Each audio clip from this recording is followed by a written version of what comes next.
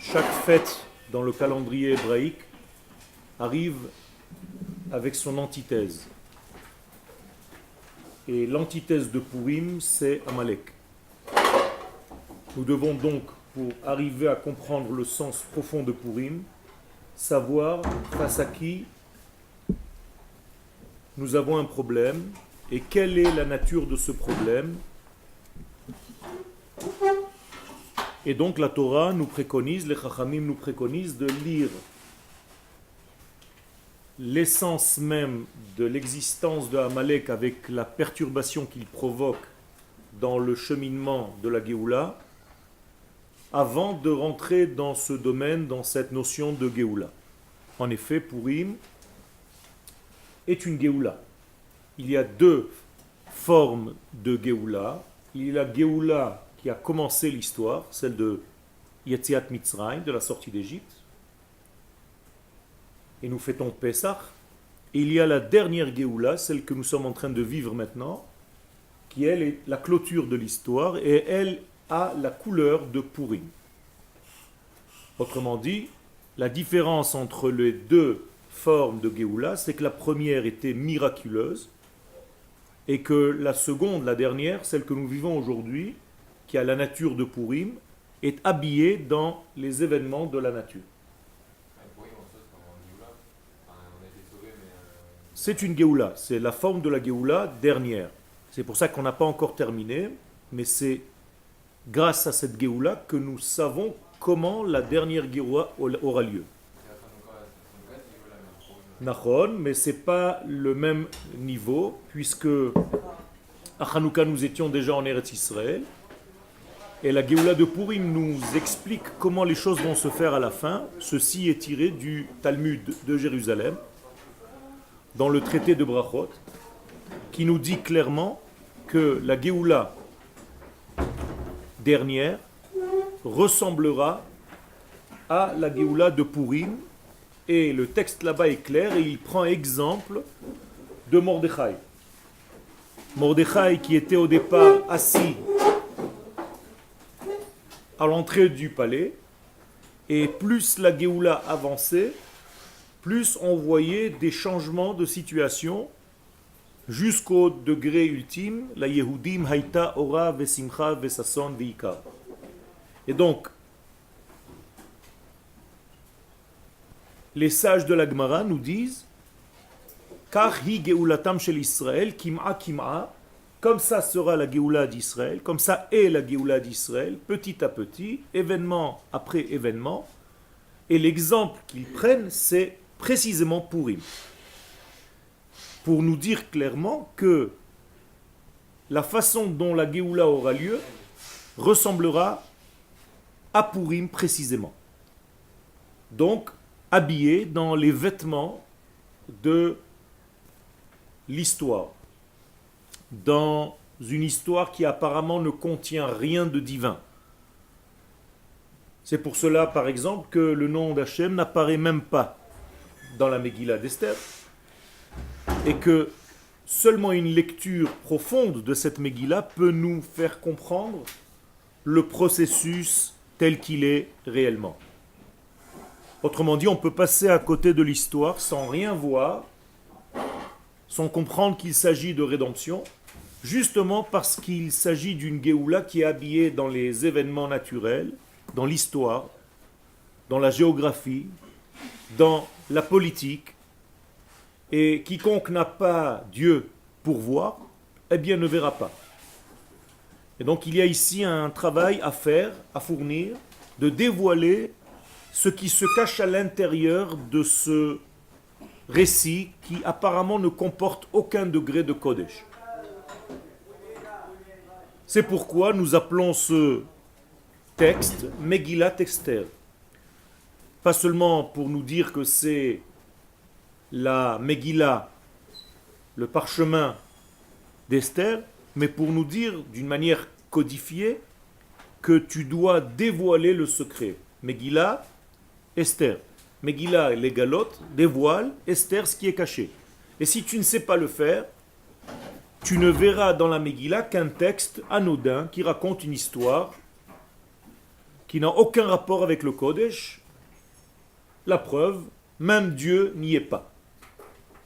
Vous comprenez bien que le message est énorme, c'est-à-dire que quiconque conclut que Dieu n'est pas dans l'histoire moderne de la Géoula, bien c'est comme si l'homme avait regardé la Megillat Esther et rien compris.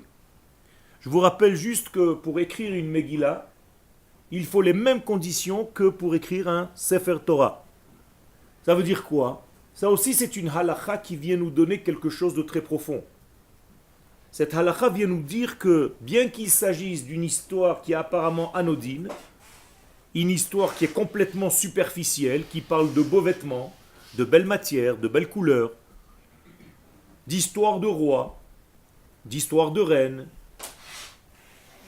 pas en relation directe avec la Torah, très loin de l'histoire de la Torah, eh bien, malgré cela, il s'agit d'un degré qui a la valeur de la Torah. Et donc, pour écrire la Megillah, il faut savoir écrire la Torah. Autrement dit, si tu ne comprends pas que la Megillah est une suite logique de la Torah, tu vas avoir un problème. Et je traduis, si tu ne comprends pas la nature de la dernière Géoula, tu auras un problème pour la voir. Car toi, dans ta tête, tu vas t'attendre à une Géoula qui ressemble à la sortie d'Égypte. Or, la sortie d'Égypte était complètement dans le miracle. Et donc, toi, tu vas t'attendre encore à une Géoula qui ressemble à cela, où des choses vont nous tomber du ciel, et tu passeras à côté de la véritable Géoula qui s'habille dans un vêtement. Ce vêtement s'appelle Aderet. Aderet, c'est la racine du mot Adar, qui veut dire en fait une étole. Aderet est un foulard qui est très beau, mais qui est en réalité encore un foulard, un vêtement. Et donc, tout le mois de Adar veut dire vêtement. Donc nous fêtons la Géoula qui se cache dans le vêtement. Le vêtement, c'est pas seulement un vêtement. C'est l'histoire, c'est la politique, c'est la géopolitique. C'est tous les événements qui se passent dans le monde. C'est lorsque un tel président fait un discours. C'est lorsqu'un autre président lui répond. C'est lorsqu'il y a des contrats. C'est lorsqu'il y a des guerres. C'est lorsqu'il y a des tensions politiques. Eh bien, tout ça, ce sont des vêtements dans lesquels Akadosh Baruch Hu s'habille et fait avancer son processus. Et donc, il faut bien comprendre le sens de Purim pour comprendre la Géoula dans laquelle nous sommes aujourd'hui.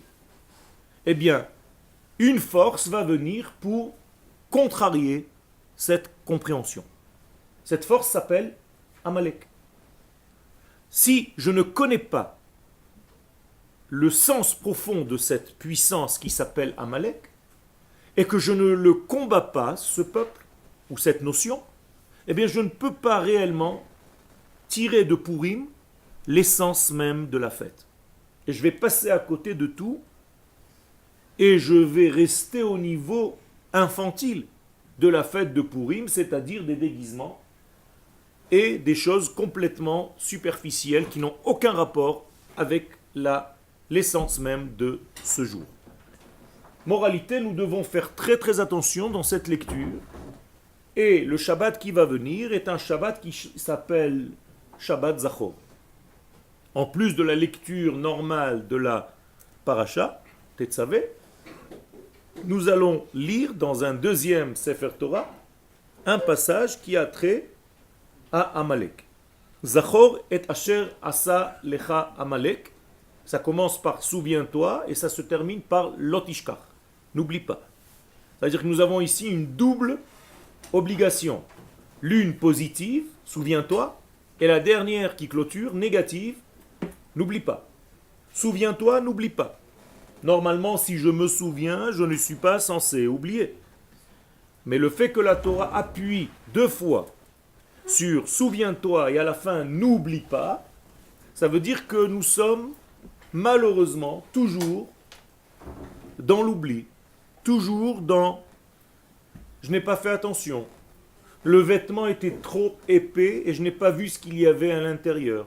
Je n'ai pas vu comment Dieu faisait avancer son processus à travers tous les événements de ce monde. Je n'ai pas compris le sens profond de cette Torah. Et donc cette lecture de Amalek, de Zachor et Asher Asa Lecha Amalek, est obligatoire, hommes, femmes et enfants, d'aller l'écouter ce Shabbat dans la lecture de la Torah, dans un livre, dans un Sefer Torah Kasher. Alors, voilà ce que dit le début de ce passage concernant Amalek. Zachor et Asher Asa Lecha Amalek baderech betzetrem mimitzrayim. Souviens-toi de ce que t'as fait Amalek. Baderech. Amalek t'a fait quelque chose en chemin. Il ne t'a pas fait quelque chose avant le chemin et il ne t'a pas fait quelque chose après le chemin. J'apprends ici que Amalek est une force qui attaque lorsque je marche. Tant que tu es encore dans l'idée de marcher, Amalek se tait. Il attend. Au moment où tu commences à faire quelque chose, c'est là où il attaque. Mais qu'est-ce que tu fais exactement pour qu'il attaque? Pas seulement tu marches dans la rue. Baderech betzetrem mimitzrayim. C'est au moment où tu as décidé de sortir d'Égypte.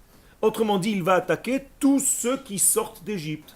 Traduction, pas seulement au niveau de l'histoire de ceux qui sont sortis d'Égypte, bien entendu, mais au niveau de tous les jours. Puisque tous les jours, Chayav Adam lirot et atzmo keilu hu yatsa mimitzrayim, puisque tu es censé être toi-même, te considérer comme étant celui qui sort d'Égypte aujourd'hui, eh bien sache, prends garde, qu'à chaque fois que tu décideras dans ta vie de t'en sortir, qu'à chaque fois que tu décideras de commencer un nouveau pas dans ta vie, dans une nouvelle direction, qui va te sortir d'une certaine prison, d'un certain étouffement, sache que tu seras attaqué par Amalek. Cette attaque aura lieu de différentes manières. Qui attaque Amalek? Ceux qui sont sortis du nuage protecteur. Qu'est-ce que ça veut dire sortir du nuage protecteur, des nuées protectrices? C'est ne plus faire partie du peuple, en tout cas dans ta tête. Tu as l'impression qu'il y a un individu. Tu n'as pas compris la notion de peuple. Tu es sorti un petit peu de cette nuée qui s'appelle Am Israël et tu te balades tout seul comme un bon juif religieux, individuel. Sache que l'attaque de Amalek est encore plus forte dans ce cas-là, parce que tu es sorti de la nuée, parce que tu t'es sorti du tout. Et on voit qu'en réalité, c'est le mal que Amalek peut nous faire, puisque le mot Amalek commence par le mot Am. Et le mot Am veut dire nation, peuple. Et le mot Lek de Amalek veut dire la louk, sucer. Et les Chachamim jouent avec ce mot Amalek et ils disent que Amalek est venu sucer le sang du peuple d'Israël. Donc la traduction que les sages donnent à Amalek, ceux qui boivent le sang d'Israël, autrement dit ceux qui se nourrissent d'Israël, mais en même temps le font disparaître de l'existence. Pas au niveau individuel, ce qui les intéresse c'est au niveau du peuple. Donc regardez ce que Amalek fait. Amalek sait, en tout cas il comprend, que le peuple est en train de sortir d'Égypte, qu'il est en chemin pour sa terre, donc il attaque. Et comment est-ce qu'il attaque? Asher karcha baderech. Il va te refroidir. Et le mot derech revient encore une fois. Donc je dois faire tfilat haderech. C'est-à-dire la tfila qui me protège durant mon chemin. Pas tfilat habayit, tfilat haderech. Lorsque je suis en route, je suis en danger. Kol hadrachim bechezkat sakana. Chaque fois que tu es en route, tu es en danger. Donc tu dois faire tfilat haderech parce que Amalek veut t'attaquer. Et derech ici, c'est pas seulement un chemin, c'est un cheminement, c'est une direction, une pensée. C'est-à-dire à chaque fois que tu es en train de comprendre quelque chose et tu prends le sens normal de la vie, Amalek va venir pour t'éteindre, pour te refroidir, pour te dire « Oh, c'est un hasard ». Tout ce qui s'est passé jusqu'à aujourd'hui, c'est un hasard. Toute l'histoire d'Israël moderne, c'est un hasard, ça n'a aucun rapport avec Dieu. Et le mot karcha vient du mot mikre, c'est-à-dire tout est mikri, tout est au hasard, il n'y a rien de voulu, il n'y a pas Dieu qui dirige l'histoire. Et donc, il te refroidit en te faisant croire que ce qui se passe, c'est anodin, ça n'a pas de poids. Pas? C'est un libre arbitre. Nachon. Ce qu'on fait, c'est pas vous. Nachon. Ça veut dire qu'il utilise ton libre arbitre en te disant, tu vois, tout ce qui s'est passé ici, c'est rien du tout. C'est pas Dieu qui dirige tout ça. Il n'y a ni Géoula, ni patin couffin. Il n'y a rien du tout. Ah, mais il peut être contre le jeu, mais on l'a fait quand même. Il a fait. Ça veut dire que au niveau individuel, tu risques de tomber, c'est ce que j'ai dit, ceux qui sont sortis de la nuée. Au niveau collectif, seulement le niveau collectif réussit. Quel? Mais ce doute-là, il est antérieur à l'attaque d'Amalek. C'est-à-dire, c'est parce qu'ils ont douté qu'Amalek... Tout à fait, tout à fait. Ça veut dire que cet élément existe dans la nature, il a été créé par Dieu lui-même, mais il attend d'apparaître au moment où il trouve chez toi une certaine faiblesse, comme un virus. Les virus existent dans le monde. Pourquoi ils ne te touchent pas? Parce que tu as une force et une protection dans ton corps. Dès que ton corps est un petit peu plus faible que la normale, Amalek va t'attaquer. Quelle est la faiblesse la plus grande que nous puissions avoir? La tristesse. Quand quelqu'un est triste, il est à vif. Il ne peut plus recevoir le lien avec Akadosh Baruch Hu, puisque la prophétie ne vient que lorsque nous sommes dans la simcha. Aucun prophète ne peut prophétiser s'il n'est pas dans la simcha. Donc tu n'es plus en contact avec Dieu. Et donc cette tristesse va inviter cette force de Amalek pour t'atteindre encore plus. Et donc que nous préconisent nos sages? Dès que le mois de Hadar commence, Marbim Besimcha, augmente le volume de ta simcha. Car le volume normal de ta simcha de tous les jours de l'année ne suffit plus. Je veux dire par là que le mois de Hadar, vous risquez d'être un petit peu plus angoissé, un petit peu plus triste, un petit peu plus dans la chute au niveau de votre dépression que les jours normaux. Et donc, tu dois augmenter la simcha pour arriver à maintenir un état normal et combattre ce Amalek. Si tu restes avec la même simcha que tu avais le mois d'avant, ça ne suffira pas contre la force de Amalek. C'est une épreuve. Et donc, tu es obligé maintenant d'augmenter le volume. La simcha naturelle, normale, ne suffit pas. Pourquoi? Parce que la force de Amalek est très forte. Il a fait les là. Je viens d'expliquer tout à l'heure, Hadar veut dire vêtement. Parce que tu ne verras pas les choses dans ce mois-ci. Tu croiras que les choses ne sont que politiques, que superficielles, que vestimentaires. Tu ne comprends pas le secret caché à l'intérieur du vêtement. C'est d'ailleurs pour ça qu'on se déguise à Pourim. Pourquoi les gens se déguisent à Pourim? Justement pour montrer qu'à l'intérieur de ce masque se cache quelque chose de beaucoup plus fort. Ne regarde pas le monde superficiel du masque. À l'intérieur se cache Dieu qui dirige l'histoire. C'est ça le secret de ce déguisement. Donc, Asher karcha baderech, betzetrem mimitzraim, vayezanev becha. Et comment est-ce qu'il attaque? Il prend ceux qui sont aux zanav. Qu'est-ce que c'est zanav? À la queue. Autrement dit, il attaque ceux qui n'ont pas d'initiative dans leur vie. Il attaque ceux qui sont un petit peu à la traîne. Ceux qui ne sont pas convaincus, ils font les choses parce qu'on les y a obligés, on les a tirés. Donc ils sont là sans très bien comprendre ce qu'ils font, ils se tâtent, ils ont des doutes, qu'est-ce que je vais faire l'année prochaine?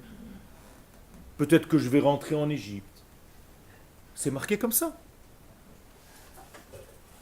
Ceux qui sont sortis d'Égypte, qu'est-ce qu'ils ont dit? Nitna rosh, venashuva mitzrayma. Bon, ça va, on est sorti, on a fait un petit tour, on a vu. Maintenant, il est le temps de retourner la tête, venashuva mitzrayma, pour revenir en Égypte. Comprenez? Il n'y a rien de nouveau dans l'histoire, Rabotai. Ne croyez pas que ce sont des choses d'aujourd'hui. La Torah nous enseigne tout. Et si elle nous donne ce genre d'exemple et qu'elle prend le soin de l'écrire, c'est qu'elle sait qu'il y aura encore quelques-uns à la fin des temps qui n'auront pas encore compris le message et qui vont encore une fois vouloir repartir dans leur Égypte nouvelle.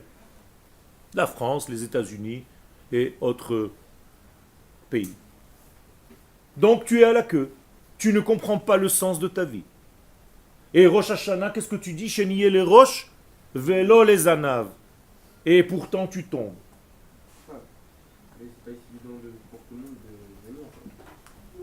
dirait, c'est Ça fini. recommence encore. Non, j'ai pensé. Qui tu essayes de protéger?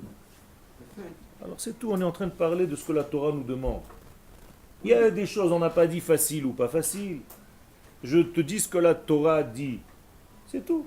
C'est difficile de monter des escaliers, pourtant il faut les monter. C'est plus facile de descendre. Alors descends toute ta vie.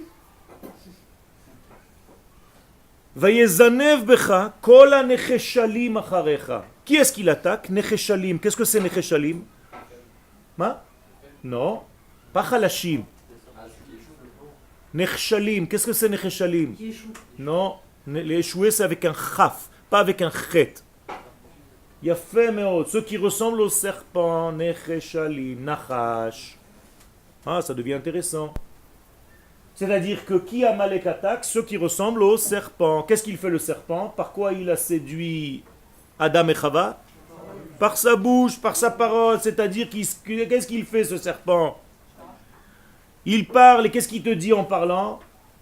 Tu sais, c'est pas Dieu qui a fait tout ça. Lui aussi il a mangé du fruit. Arrêtez avec votre bon Dieu. Fais ce que tu as à faire. Arrête. Tu verras, c'est bon.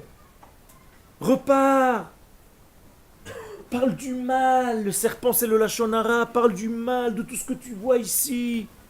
C'est sale, c'est pas bien. Ils sont pas bien, ces Israéliens. Qu'est-ce qu'il y a à faire dans ce pays? Il n'y a rien à faire, serpent. Et c'est ça, Amalek. Kol ha-necheshalim acharecha nachash. Tu es en train de ressembler au serpent.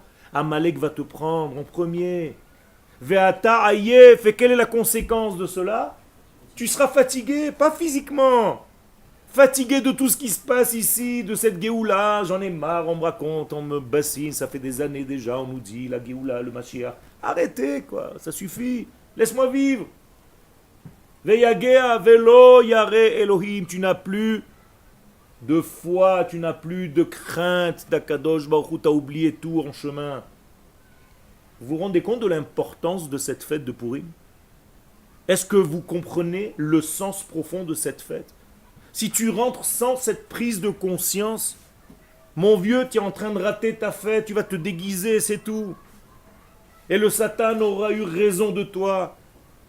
Il va t'acheter un très bon déguisement, tu vas te bourrer la tête avec un bon vin et c'est fini, tu iras dormir et le lendemain tu vas te lever avec une gueule de bois et tu vas te dire oh c'était bien Pourim. C'était pas Pourim, il manquait le même, c'était pourri. T'as rien compris mec.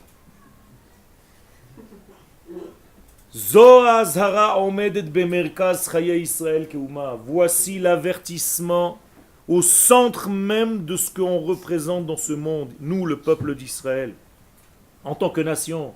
À chaque fois qu'on veut sortir, qu'on veut s'en sortir, qu'on veut réussir, qu'on veut avancer, Amalek omed ba petach, comme il est écrit la petach chatat rovetz. Immédiatement lorsque tu es à l'ouverture, c'est là-bas où il attaque. Vous êtes posé la question pourquoi vous placez une mezouza juste à l'ouverture de votre maison? Pourquoi vous posez pas la mezouza quelque part comme un beau meuble, une belle sculpture? C'est joli, non? Parce qu'on s'en fiche de ça. L'essentiel, c'est de mettre une mezouza à l'endroit où tu commences à bouger. C'est pour ça que ça s'appelle mezouza, la zouze. Quand tu commences à bouger, quand on te dit bouge de là, là tu dois mettre une mezouza. Parce que si tu n'embrasses pas cette mezouza pour savoir les conditions de bouger, tu vas tomber dans le piège. Qu'est-ce qui est écrit dans votre mezouza? Shin, Dalet, Yud. Ce qui est apparent. C'est-à-dire, ça c'est un vort. Qu'est-ce que c'est chez Dai? C'est Dieu qui dit stop. Chez Amar le Olamo Dai. C'est-à-dire le Dieu qui te donne les limites, les mesures dans ta vie quand tu sors. C'est vrai que ça garde les portes, mais pourquoi il faut garder les portes? Parce que c'est là-bas que se trouve la faiblesse. Donc à chaque fois que tu sors, même si ce n'est pas de la porte de ta maison, mais de la porte de ta pensée, si je décide maintenant de me régénérer, de me renouveler, de devenir quelqu'un de mieux. C'est comme si je passais une porte. Eh bien, je dois embrasser encore une fois cette mezouza. Je dois embrasser ce mot qui me donne les limites, chez Dai. Est-ce que c'est clair ce que je dis? Et donc, Omed bepetach asiyatenu, à chaque fois que nous voulons agir, ce Amalek se met à cette ouverture. Ou mechabel, et ça devient terroriste. Il essaie de casser ton chemin. En l'occurrence, en empêchant le peuple d'Israël d'atteindre sa terre. Ou les hakim shilton atzmaïba.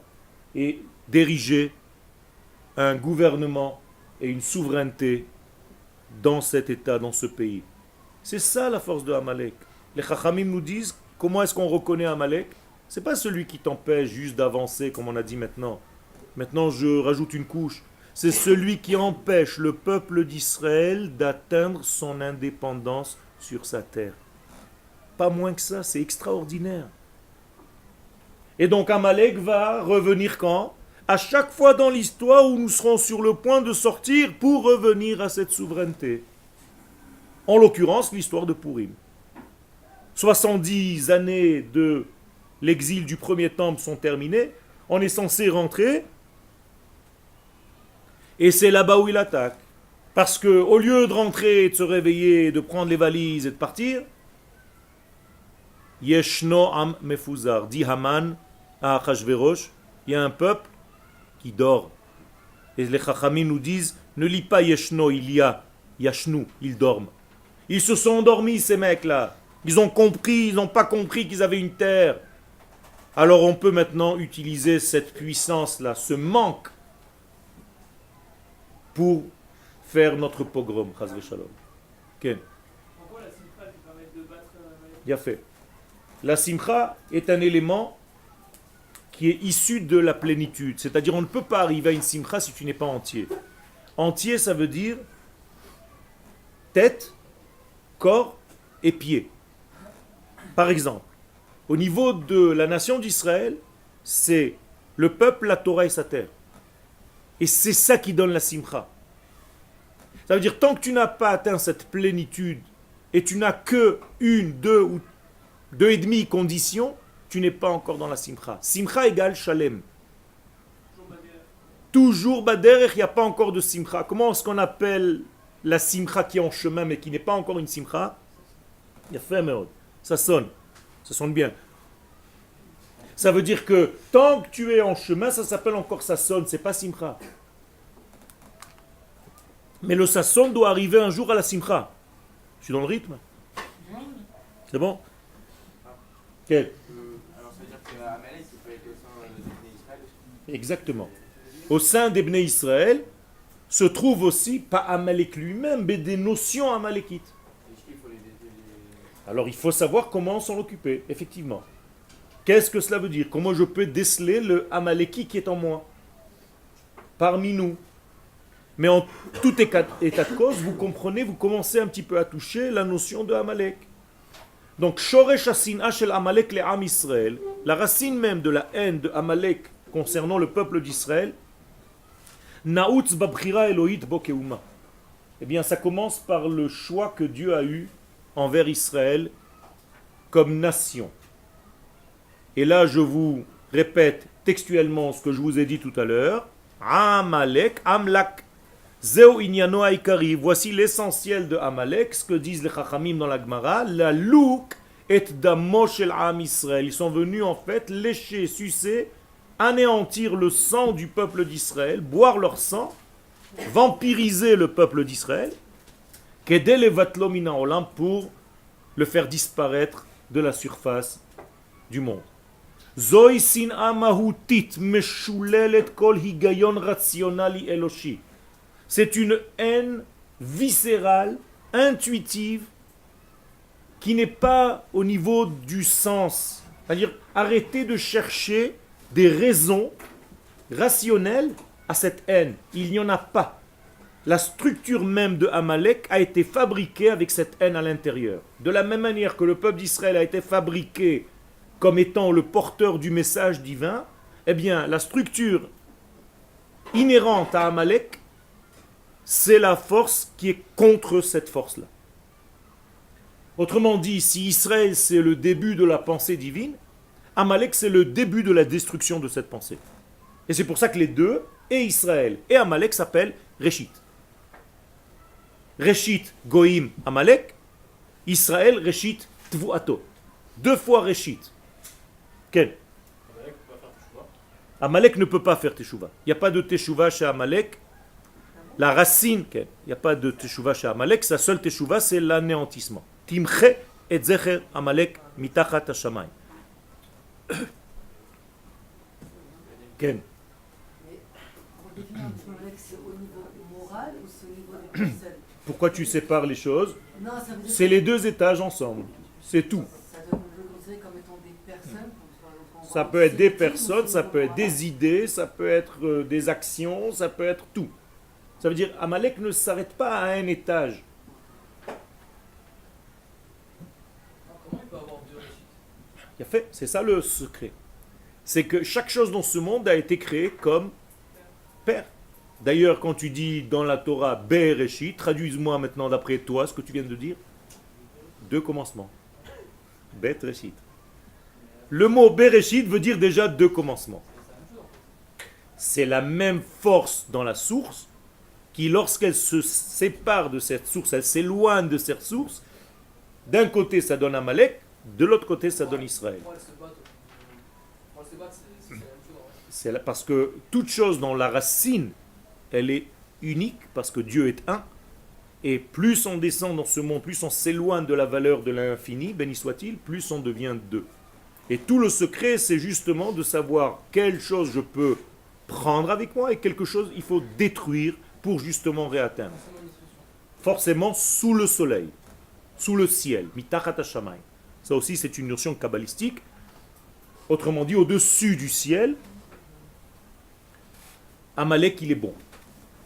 Mais en dessous du ciel, dans le monde dans lequel nous sommes, dans le concret, il faut l'éliminer. C'est ce que nous avons à faire. Ken. Quand on dit Bereshit pour Réchit, le monde a fait créer. Ken. C'est aussi pour Amalek. Il a fait, mais tu as raison. Ça veut dire que le monde est là pour les deux. Donc dans quel sens pour Et Amalek? c'est ou toi ou lui. Si tu ne sais pas te défendre, c'est lui qui prendra le dessus. Hitler disait, tant qu'il y a un juif dans le monde, moi je ne peux pas exister. Il a compris ce secret. Quel? Pas quelque part. Il fait la volonté de Dieu. Il est une créature de Dieu. Ben, parce que c'est ça ton rôle. Dieu te donne un ennemi à ta taille. Pourquoi le boxeur il doit frapper l'ennemi qui est en face de lui, qui est le même poids que lui, le même degré que lui, pour gagner? Eh bien la même chose. On doit gagner en réalité par notre effort ce qui a tenté de nous éteindre. Exactement. Il veut que tu fasses un travail, il veut savoir combien tu es prêt à te battre pour garder ses valeurs. Ou bien est-ce que tu t'endors, est-ce que tu te laisses aller, est-ce que tu tombes à la queue leu. Quel? La lutte spirituelle passe par l'étude de la Torah et la Tfila, mais Slicha? la lutte spirituelle contre Amalek, elle passe sûrement Pas seulement, par l'étude de la Torah. pas seulement, pas seulement. Mais surtout ma question c'est, est-ce que la lutte physique, ça veut dire qu'il faut prendre des armes? Exactement. C'est-à-dire qu'il y a des degrés, comme j'ai répondu tout à l'heure, que Amalek, tu ne peux pas l'arrêter à un moment donné. Il fait partie d'un étage tout entier. C'est-à-dire il est et dans la pensée, et dans la vision, et dans l'ouïe, et dans l'odorat, et dans ta bouche, et dans ta parole, et dans tes actions. Et donc, il ne va pas s'arrêter à un étage, il va dire je vais juste le gêner au niveau spirituel. Non. Il va te gêner au niveau spirituel en te semant le doute. Alors les Chachamim ont dit que Amalek est en valeur numérique le doute. Mais il ne s'arrête pas là. S'il faut t'empêcher physiquement, militairement de rentrer sur ta terre, il va le faire. Et donc il va falloir que tu prennes les armes pour te battre. Et donc Amalek en fait c'est un combat de tous les étages. Et il faut bien comprendre ce secret. C'est vrai? Alors ce côté de Amalek, les sages nous disent quelque chose d'incroyable. Qui peut venir à bout de Amalek? Est-ce que vous le savez? Non. Non. Non. C'est un midrash Bereshit Rabbah 73. Qui peut venir à bout seulement quelqu'un qui est issu de quelqu'un peut venir à bout. Shaoul. Shaoul. Tu te rapproches. Tu te rapproches. Il y a fait Mashiach ben Yosef. Pourquoi? Parce que le texte nous dit la chose suivante. Amalek est non ofel, Amalek ne peut pas tomber, et là, si ce n'est que al-yedei baneha shel Rachel. C'est-à-dire, Amalek va tomber seulement par les mains de qui? Des fils de Rachel. Mashiach ben Yosef n'est pas encore... Laisse-moi développer. Au moment où c'est dit, ça veut dire que, de toute manière, jusqu'à la fin des temps, qui va venir à bout de Amalek? Seulement la direction de Yosef, c'est-à-dire Rachel, Yosef, Binyamin, pas Yehuda. Donc pas Mashiach ben David, mais Mashiach ben Yosef. Or, qu'est-ce que c'est que Mashiach ben Yosef? Celui qui agit dans la matérialité, celui qui rassemble les exilés pour les ramener, parce que Yosef est en valeur numérique Sion. Donc en réalité, c'est le retour des enfants d'Israël sur leur terre. Et là, je réponds à ta question. L'une des armes les plus fatales contre Amalek, c'est que tu fasses ton aliyah. Ça veut dire que quand tu reviens, tu t'inscris dans le mouvement Mashiach ben Yosef, tu es en train de brûler Amalek dans son essence. Parce qu'il ne peut pas supporter le retour d'Israël sur sa terre. C'est énorme. Et donc ça fait partie du combat. Et effectivement, dans ce retour, durant ce retour, il y aura aussi des tentatives de ce Amalek pour te décourager, pour te donner la malaria, pour te donner des maladies, pour te faire... Tu vas te dire, mais c'est pas possible, jamais on pourra rien faire ici.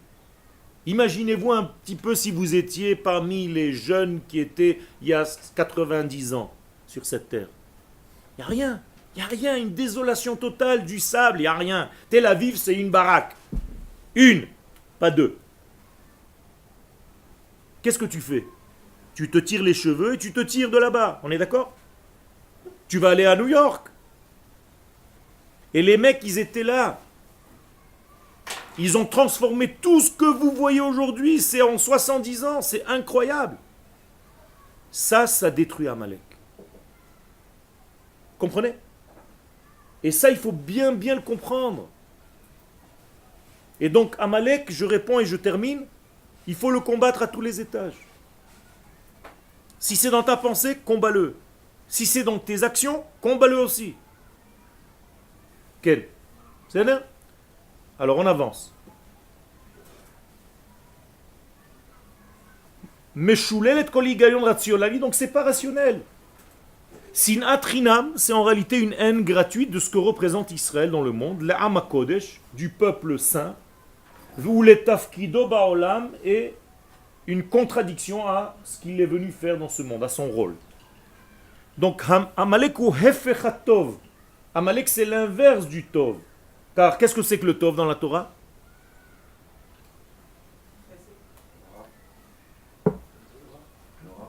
Hein? La Torah? Yafé meod.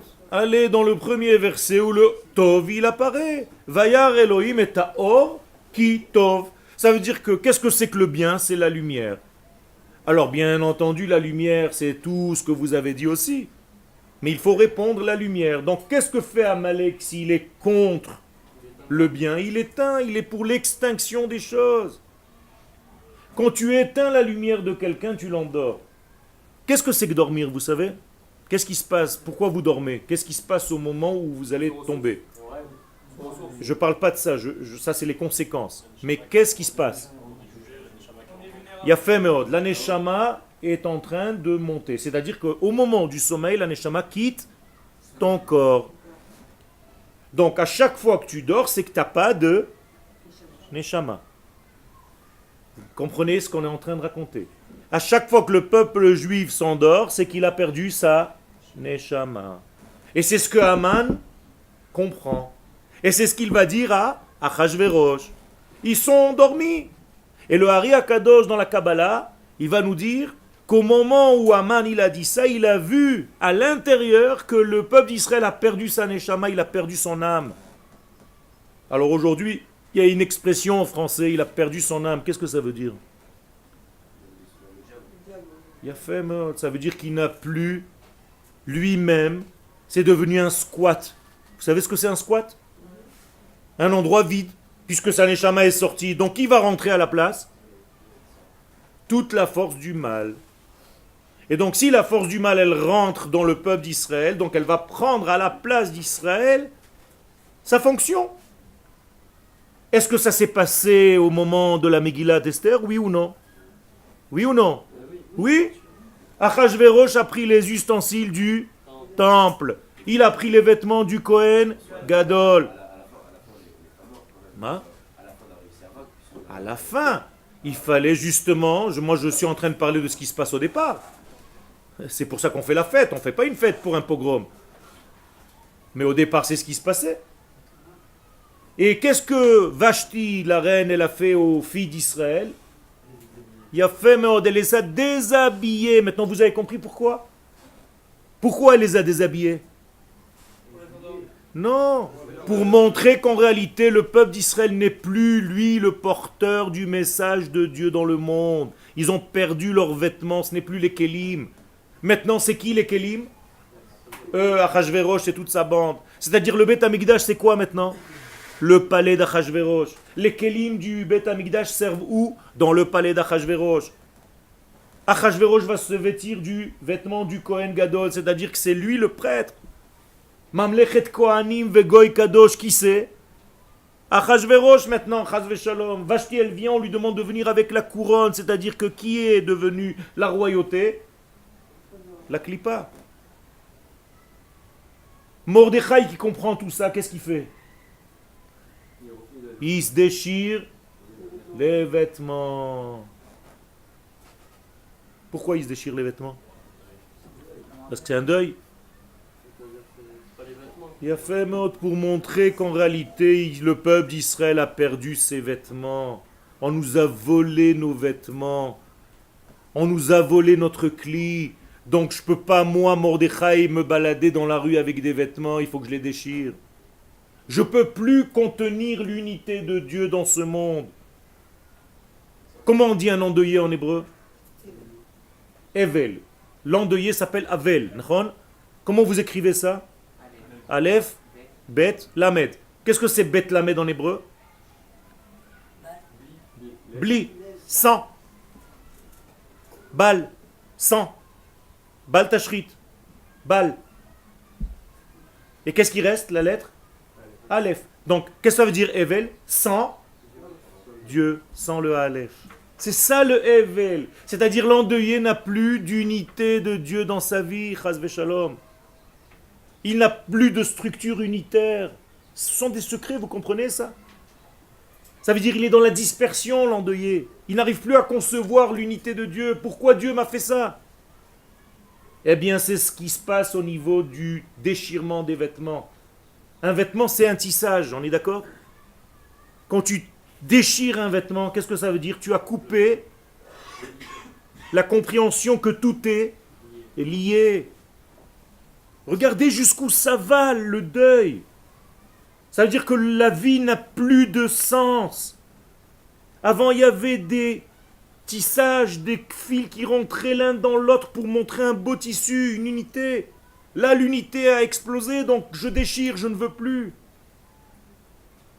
Ça va très loin, Rabotai. Et Mordechai qui comprend cela, et Esther qui veut lui envoyer des vêtements pour s'habiller, qu'est-ce qu'elle lui dit? Qu'est-ce qu'il lui dit?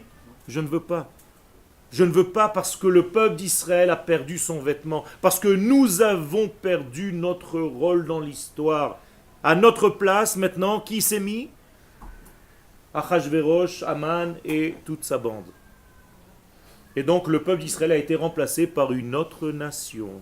Et la preuve, c'est que 70 ans sont passés et que la Géoula n'est pas encore là. On devait rentrer en terre d'Israël, on n'est pas rentré, on n'a pas construit le Beth Amikdash. Bien entendu, le Satan a fait en sorte qu'ils se plantent au niveau de leur compte et ils ont eu leur compte. J'ai Quel? entendu que même si c'est une fête de grande joie, il y a une certaine Et qu'est-ce que je suis en train de raconter depuis tout à l'heure? Par rapport à la malchoute. Et qu'est-ce que je suis en train de raconter depuis tout à l'heure? C'est exactement ça. Et si tu ne comprends pas cette fête, je l'ai dit tout à l'heure, et que tu rentres à Purim avec ton air enfariné là, de Simcha, bidon qui n'a rien à voir avec la réalité, tu comprends rien à la fête. C'est pour ça que je vous ai dit de faire attention d'avant de rentrer dans Purim, comprenez le sens profond de ce qui s'est passé là-bas pour ne pas retomber dans la même erreur. Donc en réalité, il fallait que le Mashiach vienne à cette époque. Qui était le Mashiach de cette époque? Mordechai et Esther, les deux. Vous savez que le Mashiach, il vient toujours à deux. D'accord? Au début de l'histoire, à la sortie d'Égypte, c'était qui le Mashiach? Moshe et Aaron. Et à la fin, c'est Mashiach et Eliyahu Hanavi. Vous remarquez qu'il y a un dénominateur entre tous? C'est toujours même Aleph, même Aleph, même Aleph. Moshe, Aaron, Mordechai, Esther, Mashiach, Eliyahu. Et qu'est-ce que c'est Aleph, même Aleph? C'est la maman. Ça veut dire sans la maman, il n'y a pas de Géoula. Or, qu'est-ce que c'est que la maman? C'est Akadosh Baruch Hu. Akadosh Baruch Hu s'appelle notre mère. C'est notre père, notre mère, c'est tout. Et qu'est-ce que c'est que notre mère? C'est Élie. Mon Dieu, mon Dieu. Esther a crié, Élie, Élie, lama azaftani, mon Dieu, pourquoi tu nous as quittés? Élie est en valeur numérique 41, même Aleph. Ça veut dire Esther a compris que nous avons perdu le lien entre maman supérieure et nous. Chas v'shalom, c'est terrible cette fête. Et si je ne comprends pas pour corriger tout ça, ça ne marche pas. Donc comment est-ce que je peux voir qu'à la fin tout est corrigé?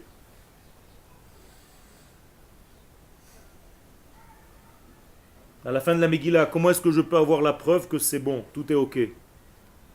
En tout cas presque. On retrouve les vêtements, Yafé Meod. Vatilbash, Esther, Malchut. D'un coup, Esrabi. Ou Mordechai yatsa milifne Amelech. Belevush Malchut. Ve'air Shushan. Tzahala ve'samecha. La Yehudim haïta. Ora ve'simcha ve'sasson ve'ikar. Ils avaient retrouvé leurs vêtements. Ils sont restés en galop. Yafé. C'est pour ça que j'ai dit presque. Et Esther, elle est restée mariée à un goy. Nachon. C'est pour ça que j'ai dit presque. Pas beau. C'est pas beau. Et c'est pour ça que j'ai dit presque. Et c'est pour ça que tu dis pas le Hallel à Purim. Et c'est pour ça qu'il faut corriger ce petit pas beau aujourd'hui, en restant ici, sur sa terre, et ne pas repartir encore à Suse pour s'user. Car ce c'est un pari, dans tous les sens du terme. Tu es en train de jouer avec Dieu. Tu comprends pas que c'est ta terre ici, que c'est ton histoire. Ah oui, mais pour des raisons personnelles, je vais aller voir, parce que oui, hein, tu comprends.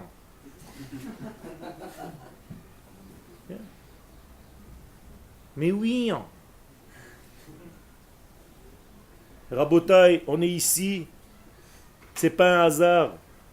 Akadosh Baruch Hu vous a fait goûter pour que vous ne puissiez pas dire un jour « Je ne savais pas ». Faites attention à ce que vous allez faire de votre vie, Rabotai. C'est un avertissement, je vous le donne avec amour. Faites attention à vous, ne prenez pas des décisions légères parce que vous êtes au niveau individuel, vous ne comprenez pas la notion du peuple, chas v'shalom. C'est énorme toute cette fête de Purim. Et cet accouplement renouvelé entre Dieu et le peuple d'Israël, ça s'appelle Purim. Qu'est-ce que c'est Purim? Non. Pérou, Urvu. Qu'est-ce que c'est Pérou, Urvu? Fructifiez-vous, c'est la première mitzvah de l'homme. C'est-à-dire, le mot Purim veut dire un lien entre l'homme et sa femme pour avoir des enfants. Je vous le traduis. C'est un lien renouvelé entre Dieu et le peuple d'Israël pour avoir une descendance et un messianisme. Ben David, Ben Yosef, toujours un fils d'eux, toujours le fils d'eux. C'est ça la Inyan de Purim. Et comment est-ce que tu dois le faire? En comprenant que tout ce qui s'est passé, c'était dans des vêtements, c'était caché, donc on peut se planter complètement. Dans les vêtements de l'histoire. Tu t'es perdu dans les couloirs du temps. Tu n'étais qu'un visiteur. T'as rien compris. Tu es devenu un bout de crotte. Vous comprenez l'histoire? Ça fait très peur à Botaï. Et donc à Purim, quand tu vas rentrer à l'intérieur de tout ce système, il va falloir que tu comprennes que toute la Géoula d'aujourd'hui, c'est la même que Purim. Tout ce que tu vois maintenant, Super Trump, Bibi, l'autre là-bas, et le troisième, et chacun dit quelque chose, et des discours, et l'ONU, et le machin, et le truc, c'est quoi tout ça? C'est la même chose que Megillat Esther. Et à l'intérieur de tout ça, c'est Akadosh Baruch Hu qui circule et qui est en train d'avancer. Si tu ne sais pas voir ça, t'es mort. Tu es mort, mon frère. Reviens à la réalité et regarde Dieu à travers les événements de l'histoire. Je pense que c'est juste pour vous ouverture, pour avoir une petite ouverture de ce que représente la fête de Purim.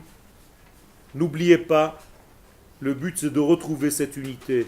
Alors le jour même, vous allez donner, avant de boire, vous allez donner les uns aux autres. J'ai besoin de savoir si mon ami, mon frère, il manque quelque chose. Je vais lui donner Mishloach Manot. Je vais donner à ceux qui manquent, Matanot la Evionim. Avant de commencer à me goinfrer. Et même quand je vais manger, quand je vais boire, ce sont des vêtements, la nourriture et la boisson. Et à l'intérieur de ça, je vais découvrir Akadosh Baruch Hu. C'est ça le secret de Purim. C'est de découvrir Dieu dans la vie, dans la nourriture, dans la boisson, dans le kiff, dans les vêtements, dans la simcha. Pas comme Kippourim, où je dois jeûner, ni boire, ni manger, ni me mettre des chaussures, ni me mettre des vêtements, on est blancs, on dirait des linceuls, tous des morts. Vous comprenez la différence? Un jour on a demandé à Yom Kippour, qu'est-ce que tu veux être quand tu seras grand? Il a dit Purim. Ah, il dit d'accord, alors on va t'appeler comme Purim. Qui? Purim, Kemo Purim. Vous comprenez le secret? Aujourd'hui, on est dans Purim. L'histoire d'aujourd'hui, c'est Purim. Tout est déguisé. Ce monde est un grand déguisement. Regardez à l'intérieur du masque et trouvez les acteurs. Toda Rabba.